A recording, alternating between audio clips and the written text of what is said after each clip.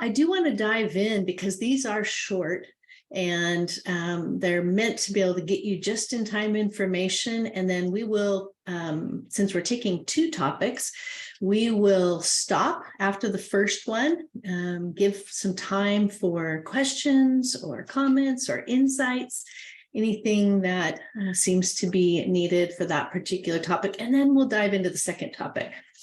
So today we're kind of kicking off our first session for the 2023 microgrant program. So we're really excited about what's going to happen this year and how God will move through the different groups even before people are chosen. So that's what today is about. So our first topic really is about completing grant applications or grant proposals. And this is a really important one. It comes up all the time when we talk to people about fundraising is how do we do grants? Well, we're going to start with this whole idea. And interestingly, the idea of grant proposals for many people is a little intimidating.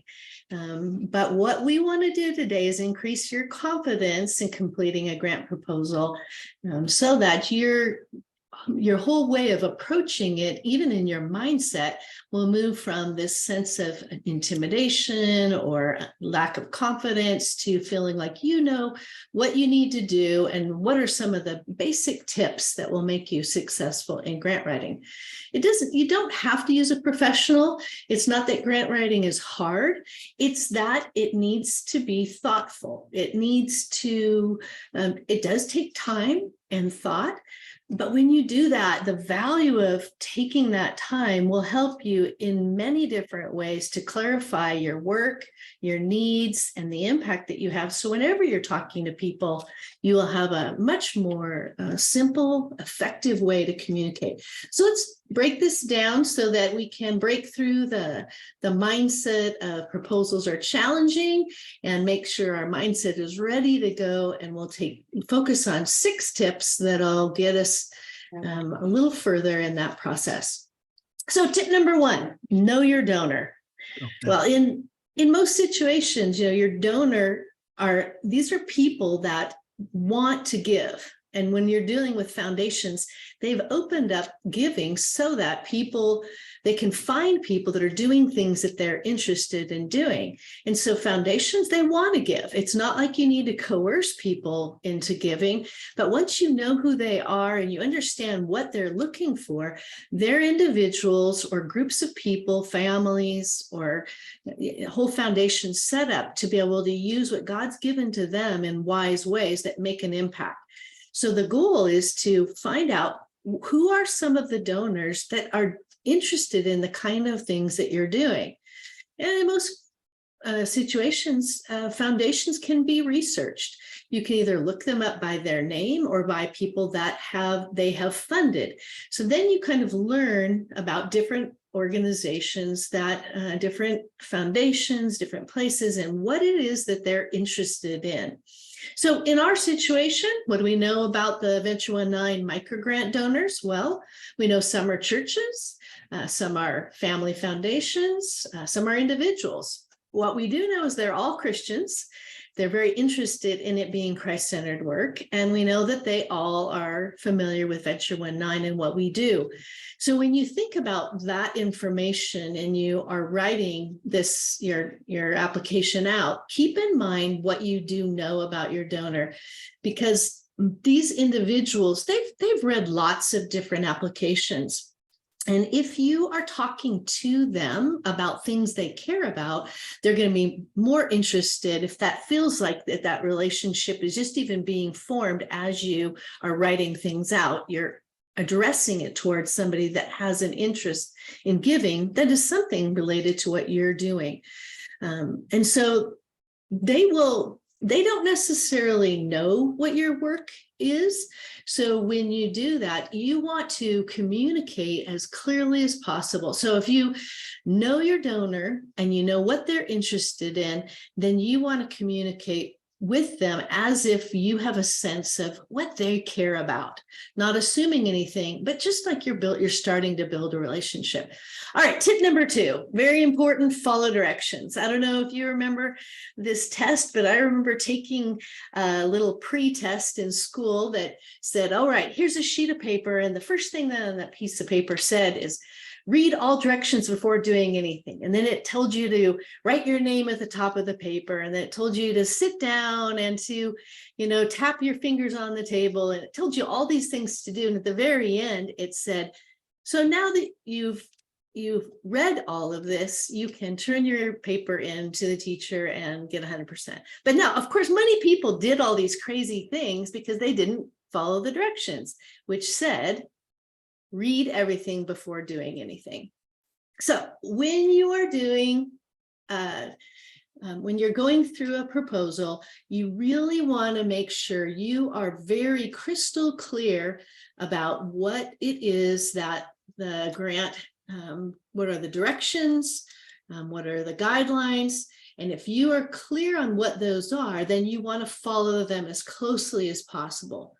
Most organizations have spent a lot of time outlining what they want, outlining their guidelines.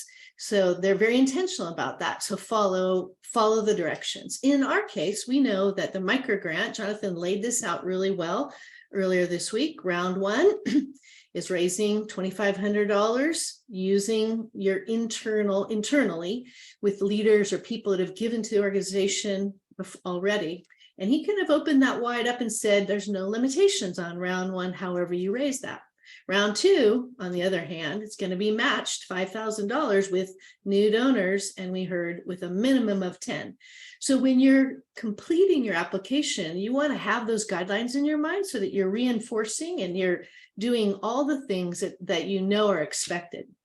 And then he spent quite a bit of time talking about the $10,000 use of the money that you're going to raise in total being used as a non-consumable. So making sure that what you're putting as how you're going to use that money, the $10,000 is a non-consumable, is part of the guidelines. So thoroughly review whatever guidelines have been given. And there usually is a set, if you're doing this online with a foundation, there's usually a document that they give that are the guidelines and directions. So make sure you've looked at that, and then right before you go to submit it, look at that again to make sure you haven't forgotten anything and that you're clear about what it is they're looking for. So tip number 2, follow directions. All right, tip number 3, answer the questions asked. I mean, this may sound like it's obvious, but you'd be surprised how easy it is to get going on something when you're passionate about it and not even necessarily identify what the question behind the question is. And Jonathan highlighted this one. Question number 9 in our application asks, in one paragraph, explain your Christ-centered nonprofit work. That didn't say 3 paragraphs. It didn't say in 1 sentence. It said in 1 paragraph. So in some cases, people are really looking to see if you follow directions and if you fill this out, and if you make 2 paragraphs, sometimes they will, to try to limit the number of people, they will throw out anyone that wrote 2 paragraphs. I mean, it seems ridiculous, but it's about following directions. And then in this case, the question is, explain your Christ-centered nonprofit work. So answer the question that's asked. That means you need to think through how you want to answer it. What are the things that they're asking? And then be very clear about giving clear answers, making it specific, making it complete, and making it succinct. So givers, they don't know you. So don't assume that they know anything about what you're doing, but you want to make sure it's clear. What is the problem you are called to solve as an organization? What is your God-inspired vision? Like what is motivating you to accomplish something bigger than just you? In 1 or 2 sentences, clear, concise. What's your part? So in essence, what do you do? What's your mission? And how have you had an impact? So in 1 paragraph, explain your Christ-centered nonprofit work. That kind of clarity is going to make it easy for them to understand if this is a good fit, if what you're doing and what you're passionate about is similar to what they're doing. And it makes it easy for even other people to understand. If you do a lot of grant writing, you get very good at communicating what you do in a clear, succinct way. So one great way to test to see if your clarity is there, if it's succinct, if you're doing this, is even to ask a friend to read it. Somebody maybe that doesn't fully know what you do. And if you give them this paragraph and they fully understand it, then that is a good indicator that it's likely someone like a donor or a foundation that's reading your application could understand what you're doing. Don't create new questions in the reviewer's mind. This is still a part of answer the question asked. When you're answering the question, you want to make sure that you don't create things that people don't understand. Like, don't use acronyms that are a part of your organization. Use everyday language that anybody could understand. Don't introduce a new idea without explaining it if they've never heard of it. If it's a specific word you use regularly, make sure that the reader who doesn't understand understands it, so they're not sitting there scratching their head thinking about something you asked. And don't make statements that need to be proved and quantified without that. So if you make an overstatement, that causes the person reading it to think, well, I wonder if that's really true. And so it creates new questions in their mind. So you really want to be clear, concise, and on track. Being intentional with what you say, be focused in your communication. And we really don't want the people reviewing this to burn extra mental calories, because the bottom line is they won't. If they start to do that, then what their brain is, they start skimming and they'll miss some of your main points, and sometimes they'll completely stop reading altogether. So you want to make sure that you are clear and concise and you're asking the questions that are asked. The tip number 4, use simple descriptive language. So in this case, it's really important that the kind of words you're using create a picture, that they help people see and understand and feel the importance of what you're doing, that it creates some sense of urgency, value. Why is what you're doing so important? So when you use descriptive language, think about the kinds of adjectives you want to use, and summarize your work in ways that will make it clear not just what you do, but why is that important? Help paint a picture with what you're doing. So I'll give you some examples of this, but don't use insider language, and use it as if you want to create somebody that's super curious about the work you're doing. Curiosity means that they will continue to read it. So funding organizations, they read lots of applications. And so if you use the same adjectives that everyone else uses, it won't necessarily capture their attention.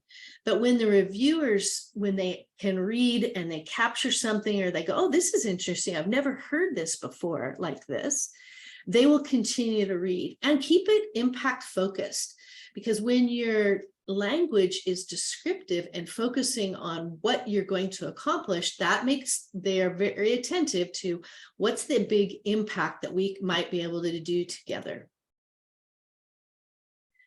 Here's an example of Man in the Mirror. Man in the Mirror was an applicant, or was a microgrant, and successful micrograntee last year.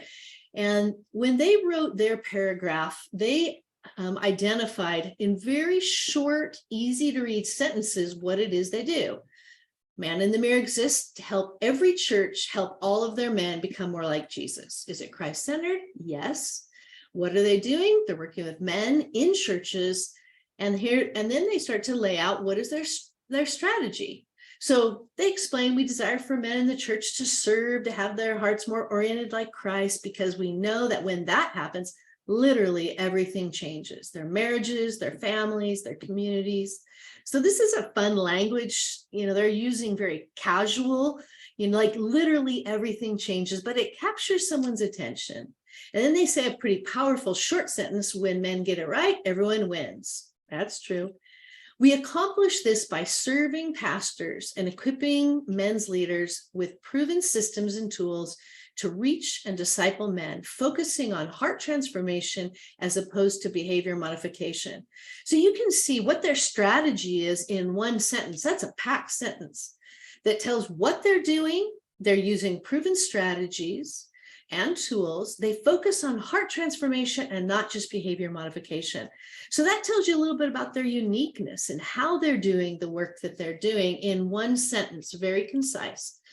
And then I love this. They say our primary strategy for doing this is to deploy a field team of trained men's discipleship specialists called area directors. Now, this is a good example of what I said before. Don't use insider language. Area directors would be an insider language, but they use normal language to say trained men's discipleship specialists called area directors.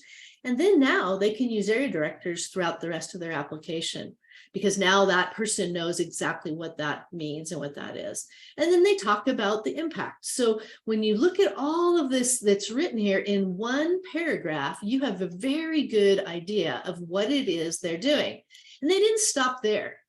A lot of creativity in what he was doing. He used this idea of the launching pad, and ideas that are creative and innovative, they're very attractive to foundations, and they do capture the eye for people to want to read more. So I'll send this out. I'm not going to read it all to you, but the idea here is they're connecting the idea of a space shuttle that launched and all the inertia it takes to get that up and going, comparing to what it's like to launch a new area director in their ministry. Really good analogy there, very clear. And it really helped give a picture to someone that may not know. Love that creativity that went with that. And they use that as they communicate what they're going to do in their application. So good descriptive language was tip number 4. Tip 5, be realistic. It's really important that you have realistic goals, because they have read so many different applications. They have a pretty good sense of what's realistic based on a lot of the information you're going to give. So don't overcommit and underdeliver. That's like the cardinal sin of fundraising, is overcommitting, underdelivering. You want to do the other way around, is make it realistic so you can definitely hit that goal. So take time to think through what you're planning, what you're able to do, what seems realistic. And we're going to do more of that planning things in the next 30 minutes. So you want not just to hit your goal, but you really want to go beyond that. And that really gets everyone excited. And that's what we see a lot of microgranters do, is reach beyond that goal. But this means you have to be careful as you plan. What is realistic for you? And they want to be able to see that your programs are going to be successful, that you have a plan in place. So there are ways that you can make sure that you've shown, hey, we've thought this through as you communicate that. So this is back to our man in the mirror. They said it costs $3,500 to get a new area director through their initial phase. So the area director has to typically raise that money, which can take them several months. But through the launching pad, we'd be able to expedite that process and get them on the field faster. So they're saying 3 area directors for $10,500 is their goal. So they've really laid out, this is reasonable, this is doable. We have a sense of how much it costs. And so now they're saying, and these new area directors are going to be leading men's efforts throughout the Western. And then they will go into even greater details on impact, because they'll say, all right, we have done this, and here's what it's going to take. And then later, even in the application, they outline how many people that is going to enable it's going to enable them to reach. So we see that this is impactful, it's needed, and it's something we can do right now. So good example of how they're using that information.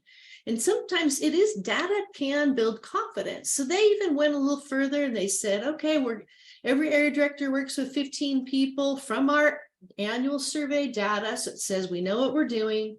There's at least 11 men that are discipled. And so that means that there's 165 new disciples right away, given the 15 churches. So they started doing a bunch of these numbers, and then they kind of summarize it in red. That means if 3 new area directors are launched, over 5,000 new men will be discipled by the end of 2025. So they're still in that process, but that's pretty significant. And that makes somebody that's granting saying, I want to have that kind of an impact. Let's do it. So they keep reading on to see it. So using that idea is make it clear what you're doing, be realistic in your goals, and use data to articulate that. All right, tip 6, we're almost done with this, is be true to your calling. Be true to who you are. You know, what has God called you to do? Why is that important? And what happens if you get it done? And what happens if we don't get it done? Sometimes even the negative shows an impact. So your work, God's called you to do it. There's a powerful story behind all of you.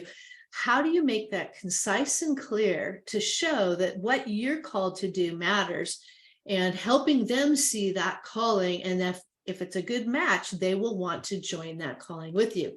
So those are the tips. Now, and I'll throw in one more thing to say, and it's always good to say thank you. If you say thank you, you're always, nope, everyone loves a thank you. Whenever someone stops to say thank you for something, it leaves a good impression. And a thank you can go a long way to separate you from other people that are filling out applications. And as long as that's a genuine thank you for something that you really are appreciative about, even the opportunity to apply or the opportunity to learn about the foundation, things like that matter. And then I love this last little note there is, and be a learner, ask for feedback. Sometimes, you know, whether you get a grant or not, it's always good to write a thank you afterwards for the opportunity, and even to ask for feedback on applications. You'd be surprised how often grantors or people that are foundations will give some of that feedback, especially if you've been personable, if it's just not the right fit. A couple of common mistakes, things that are not clear, they're confusing, they're not well thought through, they have too much information, so you don't want too many details that people get lost. You want it to be clear, concise, but having basic data, and then numbers that don't match. You know, in our application, we don't ask for a budget, and some do. A lot of different grant proposals will ask you break it down, how you're going to spend the money. We just talked about the 10,000 there, but when you're speaking about the 10,000, when you're speaking about the 25 and your plans, all those numbers should match. So if you're looking at questions 15, 16, and 17, you want to make sure that whatever you say, do the math right before you hit send so that the numbers do match. Common mistake is unrealistic, or there's no sense of impact. If people just talk about what we're gonna do, what we hope, what we want, and not what has happened and the impact of it, that's one of the quickest ways for a funder to say this is not the right group for us. They're looking for making an impact with another group that they can trust. So our checklist: be clear, concise, realistic, compelling, have a sense of urgency, include impact, and go through it. Make sure there's no spelling, grammar mistakes along the way. That's just some basic things. It's like when we turned our papers in high school and college and said, we need to do spell check. We need to have someone that's good at grammar read it, and make sure that we're clear and we really are professional when we turn something in. Good. So we're wrapping up this. Let me stop share for right now, and then we'll come back and I'll see if there are some questions, comments, or insights that anyone has before we jump into the second topic. You know, I'll just add here, I think, right, as you apply this to overall grant writing, remember that places that you're submitting grants to, and Heather sort of hinted at this, they've got a stack of these, right? They're looking through maybe hundreds, you know, as opposed to just a few. So I think what Heather said about once they have to start trying to figure things out, once they start, as she said, burning mental calories, and they get a little lost because of an acronym, or wait, you just mentioned a new program that you didn't explain, I don't know what that is, all that kind of stuff or whatever. That just becomes, you know, a real barrier for them to give your application the amount of attention you would want them to give it. So, and also, are there some things that you can communicate that would set you apart from 20 or 30 or 40 or 50 other applications?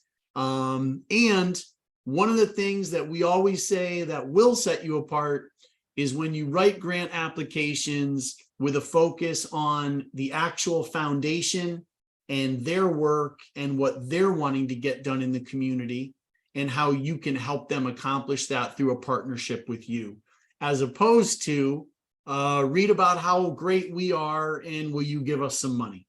So so that I think does it changes your posture a little bit, and it's refreshing to people who are combing through grant applications. So anyway, just another quick Jonathan, word there. Sorry, just to clarify on that thing, because it was my understanding when we met the other day, we won't know who all the various donors are, these foundations. So how would we be able to tailor our message for a specific? Yeah, no, good question. I just meant grant writing in general. Oh, So okay. So as you go out and pursue other grants at times as organizations, you really want to learn about who they are, what they're doing, and how you can partner with them to, make a difference in the community. You're absolutely correct in this. We're going to be your representatives and your go-between here when you submit micro grant applications. And so we'll be able to, help make those connections a little bit. So this is a little bit different, but as you're pursuing grants in general out there, think about how all this applies. Yeah, and just to answer that too, Jeremiah, the highlight of what we do know is that they are all Christ followers. They care about making a kingdom difference. So that's kind of the one generic thing that they'll have in common. So as you're thinking about that, they all know Venture 19 and want to see you being sustainable. Those are the two things that we know they all have in common. And so, keep that in mind all the time. Other thoughts, comments, insights, something that jumped out to you? Anything? I have a question. You said that it is helpful to read lots of well-written apps. How do you do that? How do we find them? Unless you've already covered that, how do we do that? We read lots of well-written apps is what I meant to say, whether it came out that way or not. They read them. For us, you can talk to other organizations that's one of the things we love about creating community is we do talk to each other and go, hey, would you share with me an app? And we can learn it from each other. But you can't see apps of things online, but they're the ones that have experienced a lot of that. You get a lot of practice doing it. The ones this is the one advantage of a grant writer. They have seen a lot of them. They've written a lot of them. They know them. And so they can review yours, having seen that if you want to go through, which, between Jonathan and I, we've seen a lot. We also are good at, just giving some feedback if someone says, hey, would you take a look at, here's my question, in most cases. So it's practice, Marla. Got it. It's a good question. I'm sorry, I misunderstood that. Thanks. Oh, I could have said it wrong. I've got one too. You talked about don't create new questions, right? Be able to quantify. Well, part of what we do, or the number 40 in our name, is that 40 million men in America are addicted to pornography.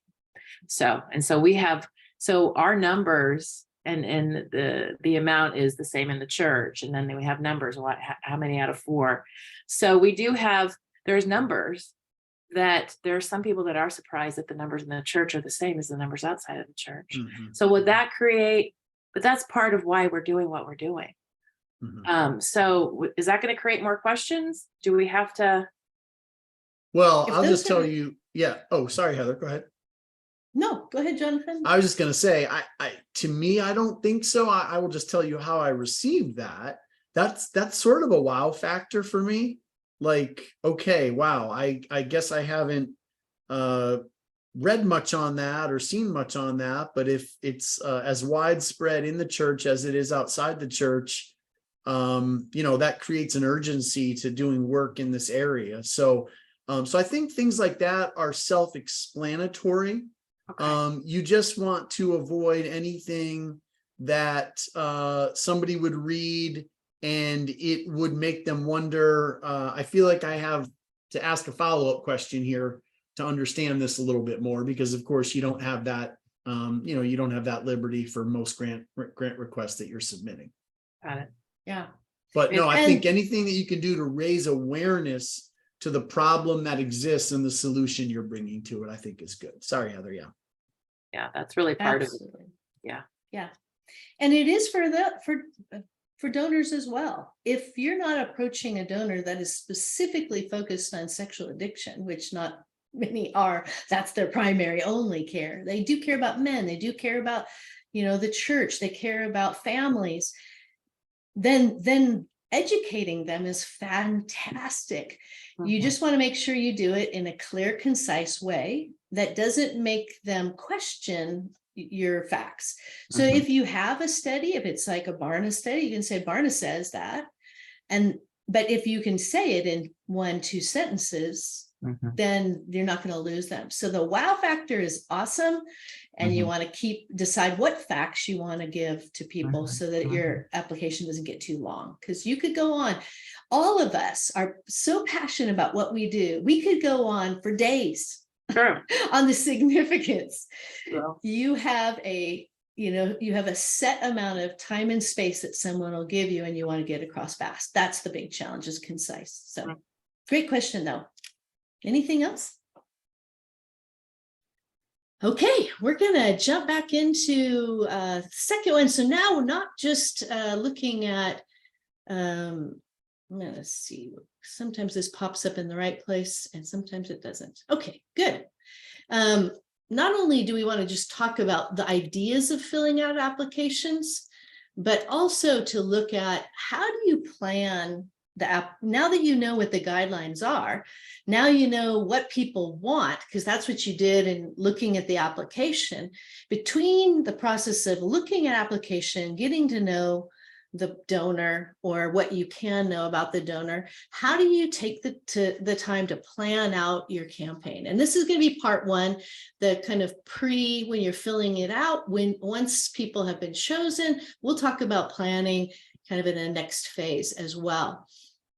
So first time, sometimes people ask this question, and I don't think, knowing all of you guys, I don't think you guys have this, but the question is planning biblical? Some people would say, that seems like a very humanistic, secular thing to do. We got to trust God. Well, of course we want to trust God. I don't think this is an either or. This is not trust God or plan. We see it clearly in the Bible about planning. You see Proverbs here. We know Nehemiah had 40 days to rebuild the wall. He had a lot of planning. And by the way, he had less time to plan but rebuilding the walls of Jerusalem than you will for this microgrant. So you can get a lot done if you plan some things well. So the idea is asking God to lead us as we plan. David was so good at inquiring of the Lord as he made plans. So he would look to the Lord and then hear from the Lord and then go out and accomplish what God had given him to do. But he also included a lot of his own planning in that process. So start in prayer, pray as we go, continue to pray, even as you're writing out your application or planning for it.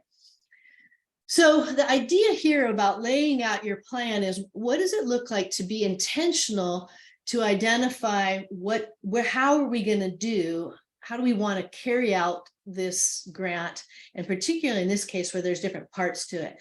So we want to start and begin with the end in mind. We know that the 7 habits of highly effective people, one of those habits is to begin with the end in mind. And so that really is the idea of what are your needs? What the microgrant is talking about. It already has talked about non-consumables.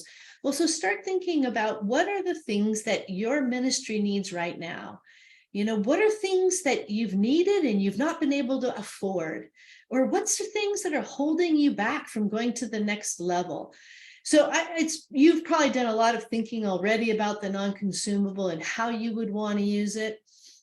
But as you think about those things, you want to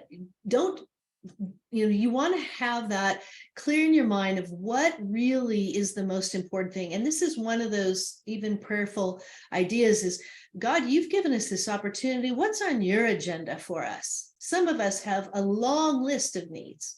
So where do we begin? All right, Lord, what is the thing that you want to bring to? And I've even already this week had a couple of people sent, what about this? Or we've got these 3 different things. What do you think? And I just have to turn back and say, you tell me about those 3 things, which seems most strategic. Is God speaking to you? How do you know what to focus on to be your non-consumable? Maybe you know right away. Maybe you need to brainstorm with a part of your team and you need to talk about it. Maybe you need to find a quiet place, clear your mind from all the other clutter that's going on, pray, think, and dream with God. But in the end, if we show up, this is the thing that we've given the clarity on, is if we show up 2 years from now, will what you've chosen to spend that 10,000 on be still helping your ministry move forward? So imagine that going forward. What is that? If you're stuck here, let's talk. If you haven't gone beyond it, most people, it's like, oh, I know exactly what I want. Great. So that's where we want to start with that in mind. Now, working backwards, now we need to think, how do you want to go about this? And I think this first question is really significant. Many times leaders feel alone in what they're doing, and especially in fundraising, we feel alone. So the question we've asked a lot of times is, who could be on your team? Who could be part of doing this with you? Most of the people that have been wildly successful with microgrants have developed some kind of team in order to get this done. But when you think about it, most of us don't have a fundraising team, or they don't, who is supposed to do this with me? But if you think about that and say, Lord, would you bring some things to mind? Who could be on my team, this time? Do you have any staff? What about your board? Do you have a prayer team? Are there volunteers? Do you have certain champions that have just been dying to find something that they could do to partner with you? What about current financial partners? So when you think about what does a team look like, that may open up some options that you've never thought of. I'm going to actually give you an example in a few moments of one group that when they did this, all their planning was excellent, but their team just blew that out of the water. We'll come back to that in just a few minutes. Second question, besides what is your team, that's really critical, is what are the 2 to 3 fundraising skills that would get you to the next level? Now, this is kind of the question behind this whole thing, but when you're planning, here's an opportunity that is capacity building. So what is it how do you want to grow? Is it the ask? Is it we need to learn how to do face-to-face meetings with our major donors? We've been talking about a monthly donor program, but we just never have done it. Or we've got a lot of systems that are broken. We need to work on those systems, or we need our board to get involved in fundraising, or we need to integrate prayer and fundraising. We need everyone to learn to seek God, listen, and trust Him together, and for everyone to see fundraising as a part of their job. So I really encourage you to, as you're planning out your, filling this in and your whole strategy to this grant and how to fulfill it, is to think about, where do you want to grow? And let that help you decide how you want to do it. Most of the time people figured out how they want to do it, but they did it naturally in their areas of need. And afterwards, they can easily articulate, oh, these were our skills that we needed to do. So campaign basics, we're going to look at approach, strategy, and process. And really, process is the part 2 that we'll work on in August, the first week of August. So we're going to really highlight approach and strategy here. And I'm going to use a couple of examples. So this is Ron Vieira. He is the founder of Leap of Faith Learning in Cottonwood, Arizona. He and his beautiful wife, Eileen, have led that ministry. They exist to unlock the potential of every child with special needs in order for them to be able to be who God's called them to be. And they do a phenomenal work. And Ron is an incredible guy, man of faith. And in the very first microgrant group, they were very successful. And he realized what he really needed to do was to get his team engaged in order to move into fundraising, because he can't do it all. Surprise. All of us think, I can't do it all. How do we do this? When he started with the end in mind, they identified that their ministry needed to enhance their learning center's technology. So they're working with special needs kids. They needed upgrades on systems. They needed computers and screens, all sorts of things that could be used by their kids and families with special needs. They also wanted to have an outdoor family picnic and play area. So he had identified what they wanted to use their 10,000 for. And then he went to work really quickly on what is his approach. I loved it. They decided what they wanted to do is create a grant leadership team.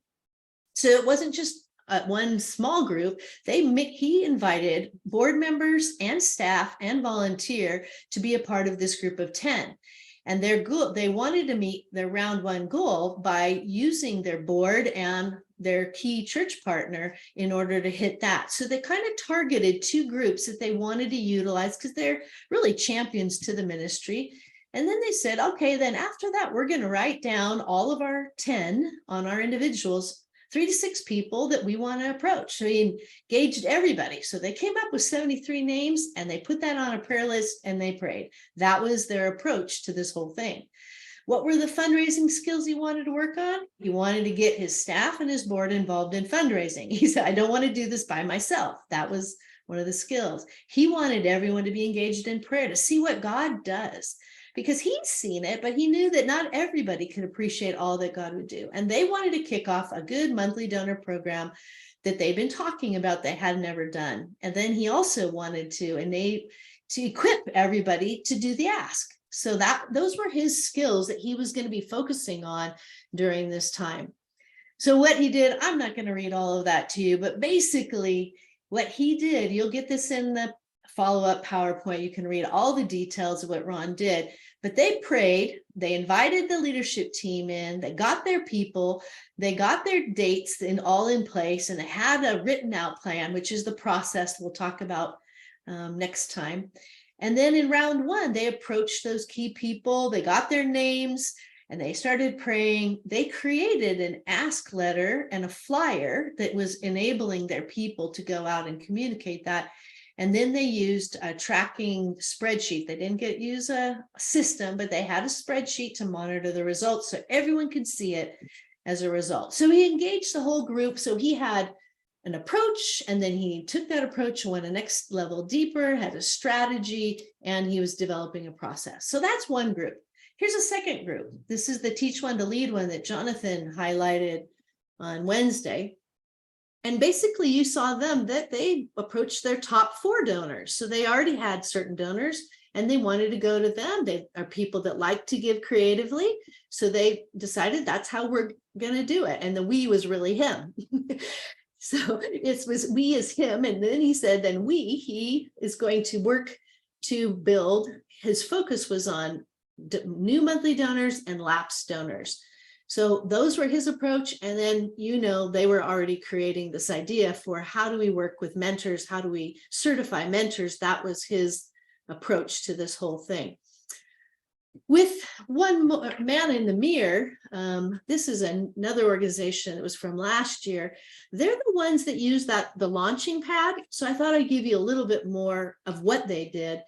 But what they decided to do was to ask his local board of directors, because he's an entity of a larger national. So he has a local board of directors who really haven't been involved in fundraising to give in order to reach that goal. And so he knew he didn't want to just have one person, but he wanted that group to do that so that not only would they be a part of it, but then when he goes to round 2, he could say to everybody, our local board is behind this. So he had a strategy that said, I want to be able to say, our board is already behind this. Would you join? So he wanted to do that.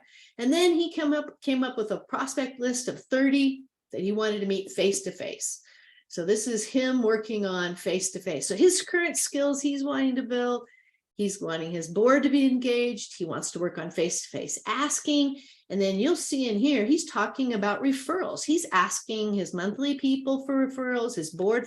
So he wanted to build a referral system to be able to get new donors on a regular basis. Now there's one more organization. I didn't put a new slide in. They're called Mercy Ministries. They are also in last year's micro grant group. In round one, their plan was to ask 18 donors. They had only 18 donors, period, and they didn't know who to go to. So they thought, we're just going to ask all of them and explain what this is. And then in round two, we're going to do a 32 by 32 campaign. That was their goal. They said, we'll raise 2,500 in the first one, and hopefully we'll reach the 5,000. They weren't confident of that at all.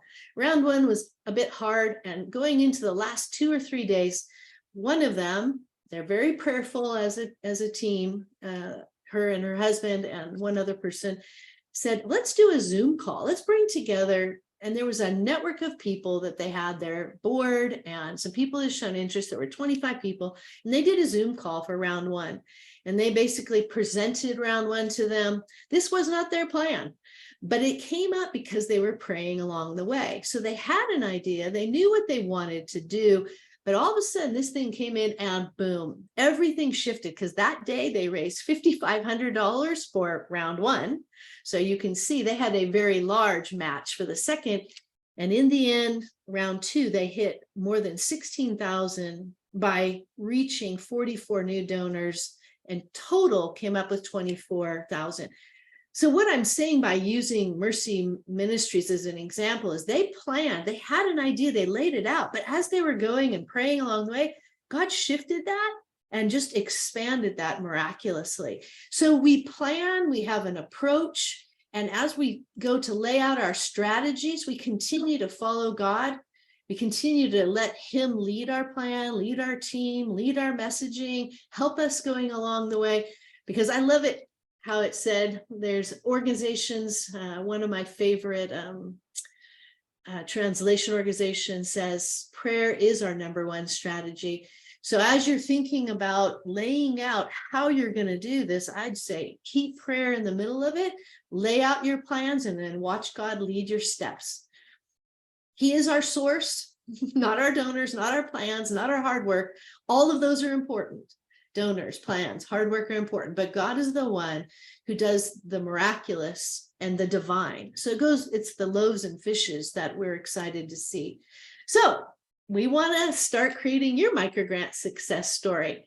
So let's see, are there some other comments, questions, or insights that you have before we jump off for today? I'll again stop sharing, open it up.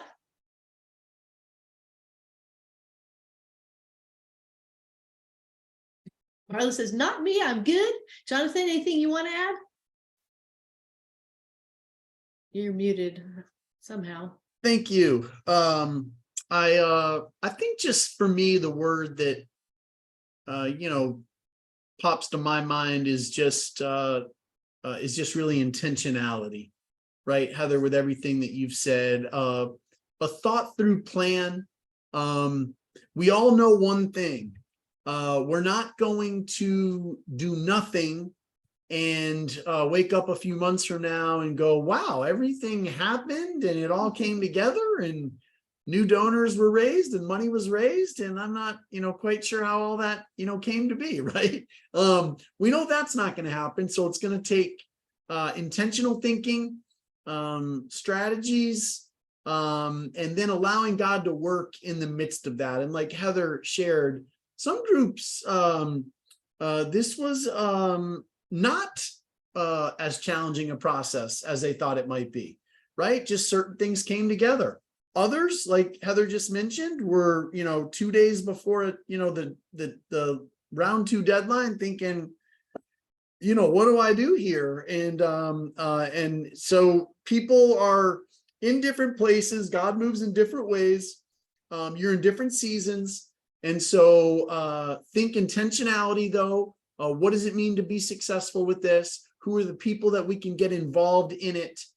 And then what I want you to picture is coming to the celebration event in December with that entire team that helped to make this happen, and you guys celebrating together and sharing your God story and the ways that God moves. So don't take it all just on you, because that's very difficult and challenging, and it won't be that enjoyable. And we want this to be an enjoyable process for you, a life-giving process, Yeah. and one that at the end of the day, you go, wow, God worked and what an encouragement. So think intentionality. That's good. Don't know if you've already been on the website or not, but if you haven't been on there to look at that microgrants hidden website, do go there. First button in the orange is where you'll find the application and download. You can look at that and either do screenshots to bring it down, to prep for it. Any questions about where you're at, the website, the application process, or even your planning? Heather, can I share my screen for just a second? And Sure. let me just want to pull up one thing here and show you guys. Share. So as Heather just mentioned, you've got the website here. I also want to just mention to you, here are all the key dates we talked about in the informational session. And then right below this picture of a slide is a link here where you can see it just says here. So we won't send out Zoom links for all the calls. This is the Zoom link right here.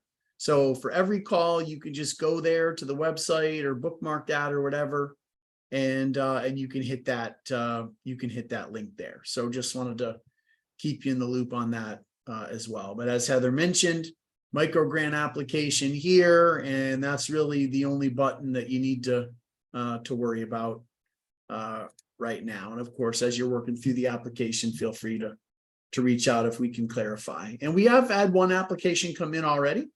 And so that's the other thing I was going to say is you don't have to wait till July 11th or 12th to submit that.